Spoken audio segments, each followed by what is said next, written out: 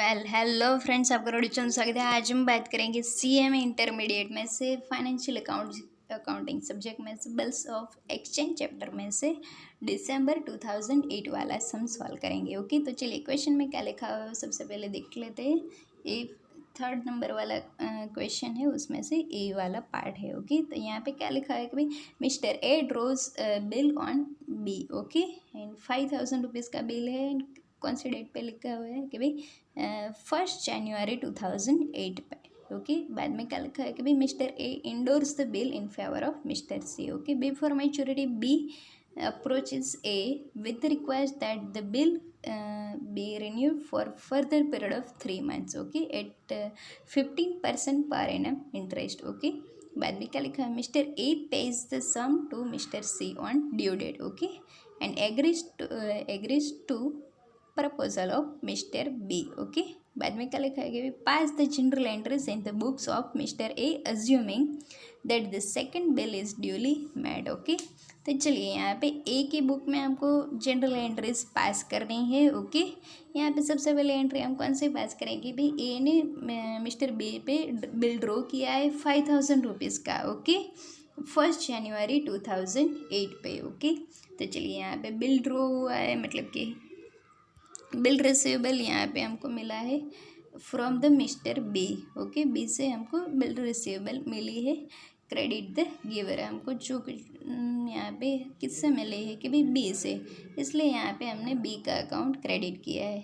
And debit हमने क्या किया है बिल रिसीवेबल का अकाउंट, क्योंकि हमारे पास जो कुछ भी बिल रिसीवेबल नाम की एसेट इंक्रीज हो रही है इसलिए। ओके, 5000 रुपीज़ की अमाउंट है।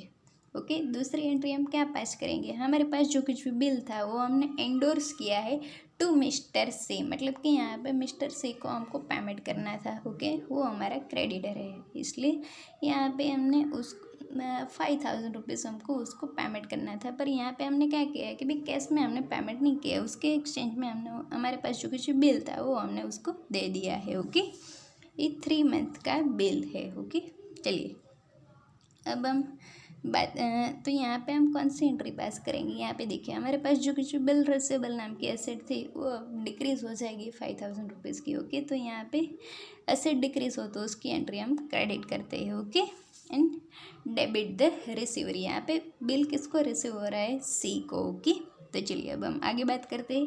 बाद में क्या लिखा होता है कि भाई mister B for maturity mister B approaches Mr. A with request that the bill be renewed for further period of 3 months at 15% per annum interest। Okay, तो यहाँ पे क्या लिखा हुआ है कि भाई मेच्योरिटी डेट पे यहाँ पे बिल मिस्टर बी बिल का पेमेंट करने के लिए एबल नहीं है। ओके, तो यहाँ पे वो क्या करेगा कि भाई मिस्टर ए को रिक्वेस्ट करेगा कि भाई नया बिल ड्रॉ करो। ओके, कि भाई दूसरा बिल भी 3 मंथ की मैच्योरिटी पीरियड वाला ही ड्रॉ करना चाहता है। उसका लिए यहाँ पे उसको जो कुछ 5000 रुपीज़ का बिल है उसको इसके अंदर 15% पर एनम के हिसाब से उसको इंटरेस्ट भी पेमेंट करना पड़ेगा। मतलब कि इंटरेस्ट कितना होगा कि भाई 5000 रुपीज़ का बिल है उसका हम 15% करेंगे and 3 multiply by 3 divide by 12 करेंगे। ओके, तो हमको 3 मंथ का इंटरेस्ट का चार्ज मिलेगा।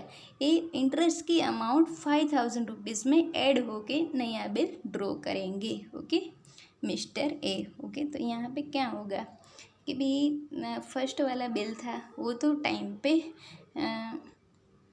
उसका तो पेमेंट नहीं हुआ, तो यहाँ पे हम क्या करेंगे सबसे पहले एंट्री कि भाई जो कुछ भी बिल था उसको डिसऑनर हो चुका है ऐसा ही हम कहेंगे। तो इस बिल को कैंसिल करने की एंट्री सबसे पहले पास करेंगे। तो इसको कैंसिल करने की एंट्री क्या आएगी कि भाई जब हमको बिल मिला था उसकी हम रिवर्स एंट्री पास करेंगे। यहाँ पे देखिए जब हमको बिल मिला था बी से तब हमने उसका अकाउंट क्रेडिट कर दिया था।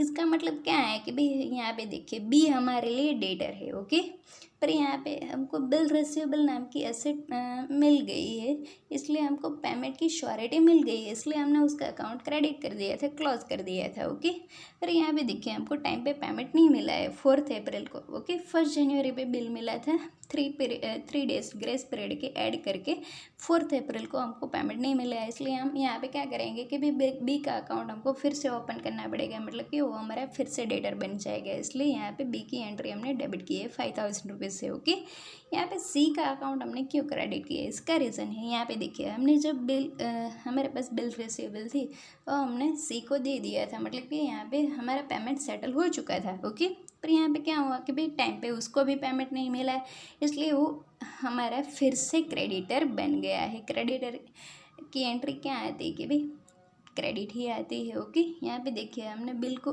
बिल दे दिया था, तब हमने उसका अकाउंट क्लोज कर दिया था, मतलब कि यहाँ पे उसकी एंट्री डेबिट कर दी थी, पर यहाँ पे फिर से वो हमारा क्रेडिटर बन गया है, हमको उसको फिर से पेमेंट करना पड़ेगा। ओके, इसलिए हमने मिस्टर सी का अकाउंट क्रेडिट किया है। ओके, तो ये बिल हमारे जो कुछ भी एंड डिसऑनर हुआ है उसकी एंट्री हमने यहाँ पे पास की है। ओके, बी का अकाउंट डेबिट किया है, सी का अकाउंट क्रेडिट किया है। ओके, तो चलिए बाद में क्या लिखा हुआ था कि भाई हमने मिस्टर सी को पेमेंट कर दिया है। ओके, तो यहाँ पे हमारी इतने बैंक बैलेंस डिक्रीज़ हो जाएगी। ओके, तो हमारी एसेट डिक्रीज़ हो तो हम उसको क्या करते हैं, क्रेडिट करते हैं 5000 rupees to bank account. Okay, हमने किसको पेमेंट किया है कि भाई मिस्टर सी को। ओके, तो डेबिट द रिसीवर, या फिर हम ये भी कह सकते हैं कि भाई हमने यहाँ पे मिस्टर सी का अकाउंट यहाँ पे हमने क्लोज कर दिया है, क्योंकि उसको हमने पेमेंट कर दिया है। ओके, तो क्रेडिटर है,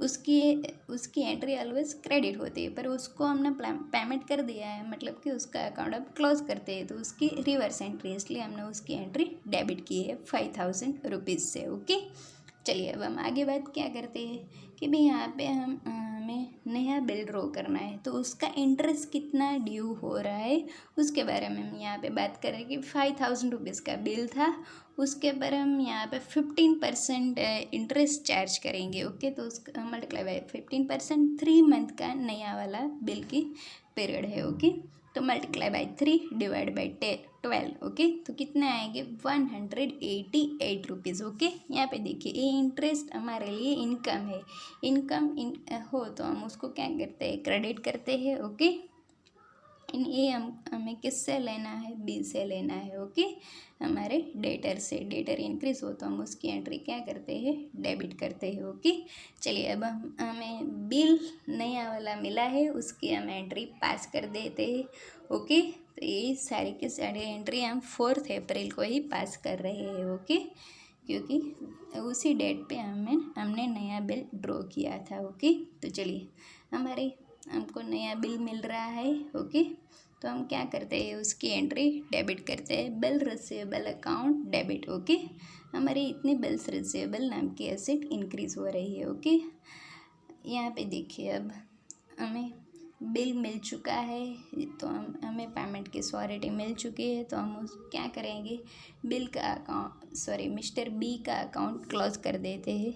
ओके, हमारा डेटर था, यहाँ पे हम श्योरिटी मिल गई है कि भी हमें बिल मिल चुका है, इसलिए हमको पेमेंट की श्योरिटी मिल गई है, इसलिए हम उसका अकाउंट क्लोज कर देते हैं। इसलिए यहाँ पे हमने बी का अकाउंट क्रेडिट किया है, या फिर हम ऐसा भी कह सकते हैं कि क्रेडिट द गिवर। ओके, हमें किससे बिल मिल रहा है, मिस्टर बी से। ओके, तो यहाँ पे हमने मिस्टर बी का अकाउंट क्रेडिट किया है। ओके, चलिए बाद में क्या लिखा हुआ था कि यहाँ पे ए बिल मेच्योरिटी डेट पे हमको पेमेंट मिल चुका है। मेच्योरिटी डेट कब आएगी कि भाई 4 अप्रैल है, 3 मंथ ऐड करेंगे तो 4 जुलाई आएगी, 3 डेज ग्रेस पीरियड के ऐड करेंगे। ओके, तो 7 जुलाई को हमको पेमेंट मिल चुका है, मतलब कि 5188 रुपीज़ हमारे बैंक अकाउंट में क्रेडिट हो चुके हैं। तो इतनी बैंक बैलेंस इंक्रीज़ होगी तो हम उसका अकाउंट डेबिट करते हैं, एंड ये बिल हमारे पास जो कुछ भी है बिल रिसीवेबल वो हम मिस्टर बी को दे देंगे। ओके, तो यहाँ पे बिल रिसीवेबल नाम की इतनी एसेट डिक्रीज हो जाएगी। ओके,